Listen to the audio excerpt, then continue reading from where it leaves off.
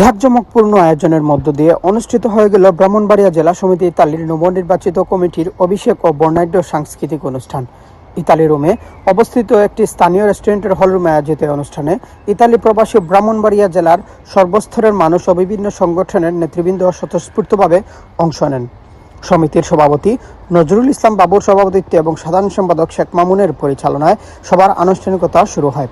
অনুষ্ঠানে প্রধান অতিথি ও বিশেষ অতিথি ছাড়াও উপস্থিত ছিলেন সংগঠনের সিনিয়র সহসভাপতি মুখলেস ভুইয়া, সহসভাপতি সাফায়াত খন্দকার, যুগ্ম সাধারণ সম্পাদক শামসুজ্জামান খোকন, প্রধান উপদেষ্টা সগির আহমেদ হুমায়ুন, ব্রাহ্মণবাড়িয়া জেলা সমিতির প্রতিষ্ঠাতা মতিউর রহমান মোল্লা, উপদেষ্টা মিজানুর রহমান তানিম এবং প্রধান পৃষ্ঠপোষক কাউন্সিলর কবির আহমেদ। এছাড়া অনুষ্ঠানে ব্রাহ্মণবাড়িয়া জেলা সমিতির কার্যকারী কমিটির সর্বস্তরের নেতৃবৃন্দ, উপদেষ্টা মণ্ডলী এবং ইতালি প্রবাসী জেলার সাধারণ সদস্যরা উপস্থিত ছিলেন। একই সাথে ইতালির বিভিন্ন সামাজিক, রাজনৈতিক, সাংস্কৃতিক ও ক্রীড়া সংগঠনের শীর্ষস্থানীয় নেতৃবৃন্দ অতিথি হিসাবে উপস্থিত থেকে নবগঠিত কমিটিকে শুভেচ্ছা জানান।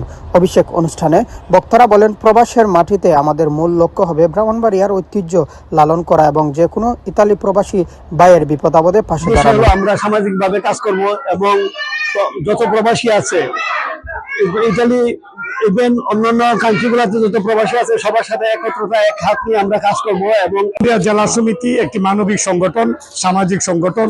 প্রবাসীদের মাঝে আমরা অতীত সেবা দিয়েছি, বর্তমানেও সেবা আমরা দিয়ে যাচ্ছি।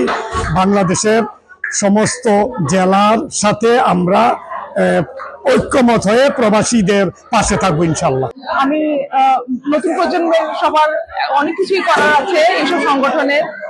আমি চাই যে তাদের জন্য নতুন নতুন জায়গা তৈরি হোক এইসব সংগঠনের মাধ্যমে। সমাজের অনেক ভালো কাজে যাতে লাগে, যারা অনেক সমস্যা যাতে সমাধান হয়, আমি সেটাই আশা করবো। বিশেষ করে আমাদের নতুন প্রজন্মের যাতে উপকার হয়। অন্যান্য বক্তারা তাদের বক্তব্যে ব্রাহ্মণবাড়িয়া জেলার ঐতিহ্য ও প্রবাসীদের কল্যাণে ঐক্যবদ্ধ হয়ে কাজ করার দৃঢ় প্রত্যয় ব্যক্ত করেন। আলোচনা সভা শেষে নবনির্বাচিত কর্মকর্তাদের ফুল দিয়ে বরণ করে নেওয়া হয়। অনুষ্ঠানের দ্বিতীয় পর্বে স্থানীয় আমন্ত্রিত শিল্পীদের পরিবেশনা এক মনোজ্ঞ সাংস্কৃতিক অনুষ্ঠান পরিবেশিত হয়, যা উপস্থিত দর্শকদের গভীরভাবে মুগ্ধ করে।